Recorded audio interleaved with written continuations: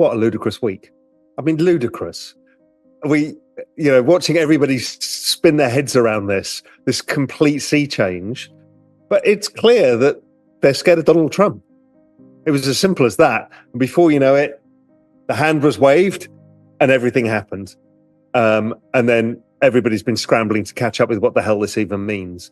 Now, the bill, we don't know what final format and what it's actually going to mean and, how good it is, but it's just showing that we can move forwards, or the US can move forwards, and none of us live in the US, but it's a big deal. And the ETH ETF, what is interesting to me, we all knew it was going to happen, but now it's happened. I'm really interested to see what narrative BlackRock put around it. What is the narrative of ETH? Because ETH kind of lost its narrative in this cycle for those of us who've been around. We kind of know what it is, but it wasn't winning the narrative game. But they're going to reframe all of this for the public. And it can't be, it's another cryptocurrency, because that's not going to sell. Yeah. Because people say, we've got Bitcoin. So they're going to have to sell a vision for this thing. In an unexpected turn of events, the Ethereum ETFs were approved last week, a move that caught even the best analysts in the crypto space off guard. Raoul Pal believes that BlackRock and other major financial institutions could drive Ethereum to $20,000 per ETH by the end of this cycle.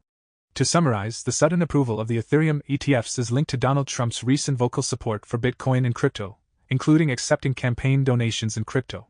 This prompted the Democrats to reconsider their stance on crypto, leading to a dramatic shift by the SEC and the approval of the Ethereum ETFs. This development signals a more crypto-friendly approach in the US moving forward. In his latest live stream, Raoul Pal explains how BlackRock is poised to create a narrative around Ethereum that could push it to new heights. For detailed insights, macroeconomist Julian Bid from Global Macro Investor and Raoul Pal discuss their analysis, suggesting Ethereum could soar to $20,000 per ETH by the end of 2025. To dive deeper, check out the full update via the first link in the description and subscribe to Raoul Pal's The Journeyman channel. Now, here's Raoul Pal on what the Ethereum ETF means for the markets. Stop. You don't have time. Don't miss out this 2025 bull run. Educate yourself first ahead of the crowd. We have created the ultimate step-by-step crypto cheat guide that will guide you this bull run. Unlock the secrets of crypto and make smarter investments today. Now by clicking on the link below to get your exclusive copy just under $10. Look, all of us who've been in the financial system know that every single bank and asset management firm is working on this. I mean, Goldman's had a team since 2015. So what they wanted was the regulatory clarity, which is what Fink has forced through. Yeah. So the explosion of innovation that's about to happen from the finance system itself, I think, is the shock.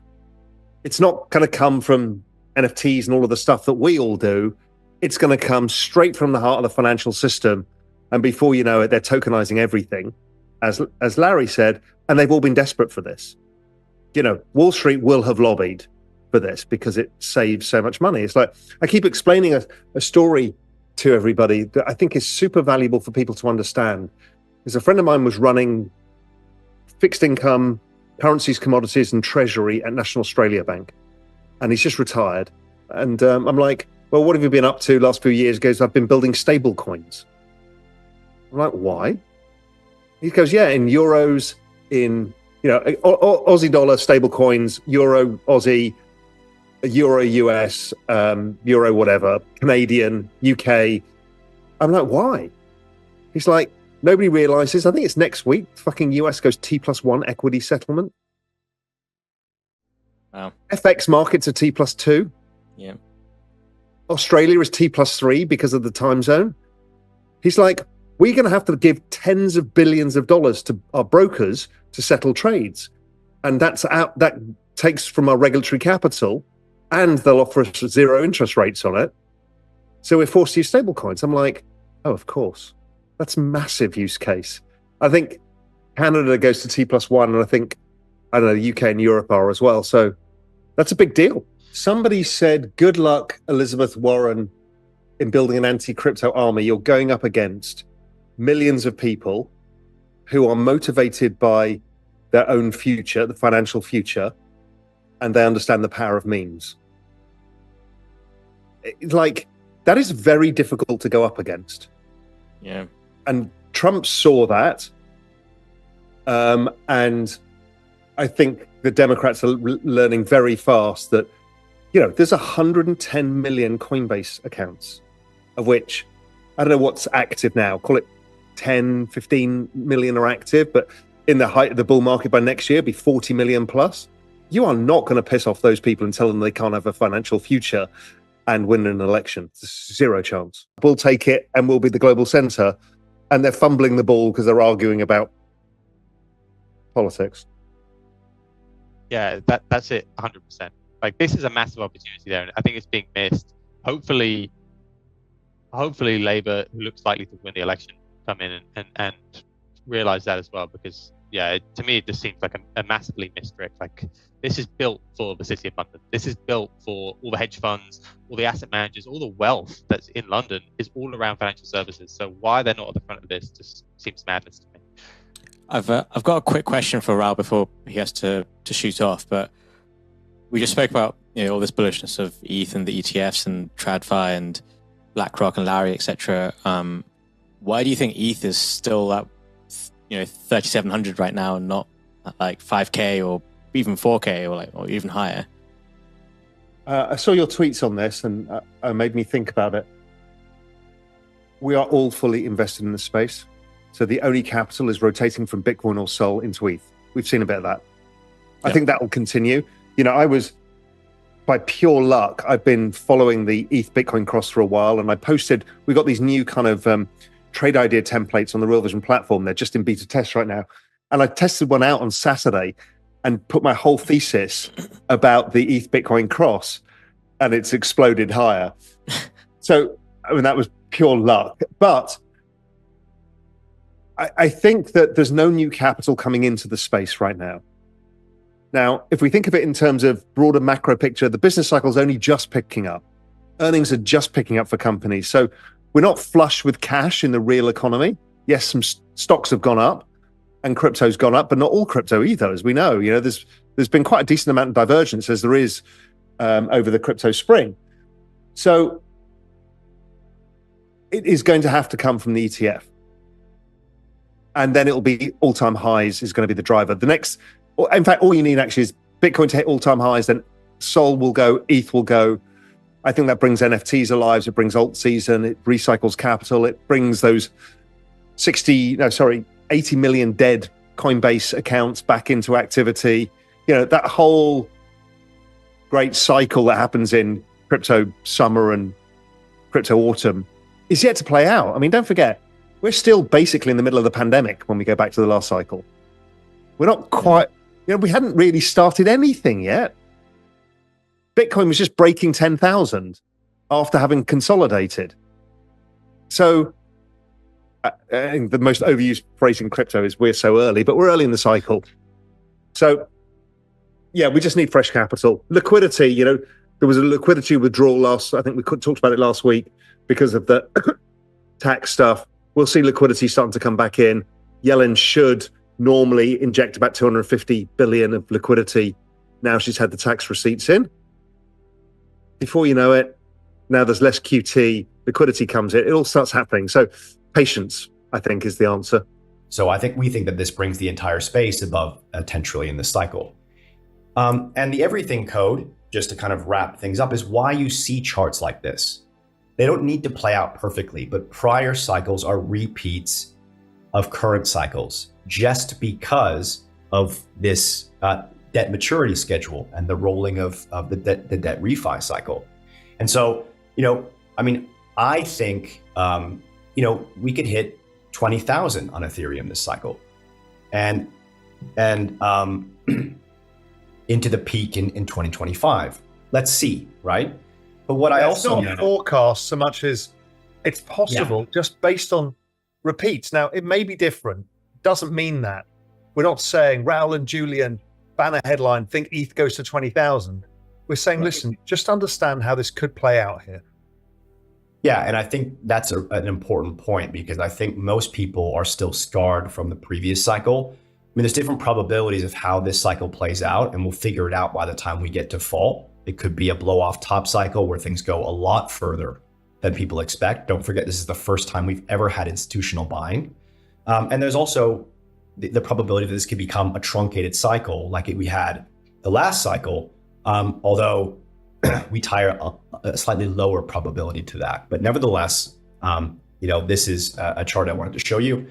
And then the last two charts on ETH, and then I'm wrapping up. I think I said that like 5 times now already. Is that these 5 wave down cycles that we've seen, and I show it to you here on ETH just because I'm following up with the chart that I showed you previously. They're visible everywhere in crypto. So you get a huge pump higher, a sell-off, a wave 2 higher, a wave 3 lower, a wave 4 higher, and then a final dump lower into, full, let's say, capitulation. And then prices move higher again. And I see these time and time again. In fact, you can see it here over a different time horizon. And so I think that in our view, this was the pause, the halving, the correction that we've seen, the 20% drawdown in Bitcoin, more for altcoins. This was the pause that refreshes. The economy is still on track, right? Next up is rate cuts. The global rate cutting cycle is already happening, which is Raoul's going to show you now. And so this leads to an environment where we feel bullish out into mid 2025. You've heard me talk about the supermassive black hole, the crypto black hole. You've seen everything that we do to reach the kind of conclusions that we do.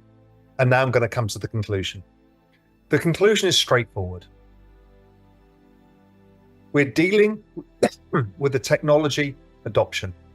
It's the fastest pace of adoption of any technology that's investable. AI is not investable right now. And it's been growing at twice the speed of the internet. If we assume that it grows at the speed of the internet, which would be probably a false assumption, it should grow faster, for the rest of this year or so, we get to the end of 25 with 1.1 billion active wallets. Active wallets are not actual users because people have multiple wallets, much like people have multiple IP addresses, which is what this is showing too. We're comparing it to IP addresses. So we get to 1 billion wallets. That's a huge number, and that drives the adoption of the space based on Metcalfe's law and the valuation. Then if we extrapolate out into the future, I keep saying this space is going, this is the biggest macro opportunity we have ever been given. It's been the best macro performing asset of all time. It's the best risk-adjusted reward of any asset in all history. It's an alien asset class. And that trend of $2.5 trillion today to 10 to 15 trillion this cycle to 100 trillion by about 2030, 2032 is driven by this adoption curve. That's when you get to 4 billion active wallets by the end of 2030. That's a mega trend. That's all you need to know. 2.5 trillion, 10 to 15 trillion, 100 trillion. You're trying to capture that. You're trying not to fuck this up because this is the gift you've all been given, and everybody can put 10% of their wages in or whatever it may be because it's a democratized, fractionalized asset that's globally homogenous. Everybody in the world invests in the same product. Bitcoin is the same in Nigeria as it is in Brazil, as it is in the Cayman Islands. That is the gift to humanity. We get to invest in the infrastructure layer, the network layer of this incredible new technology. And on top, they'll build the applications layer, which will be the new Googles and Facebooks of this Web3 world. So that's what's driving this trend.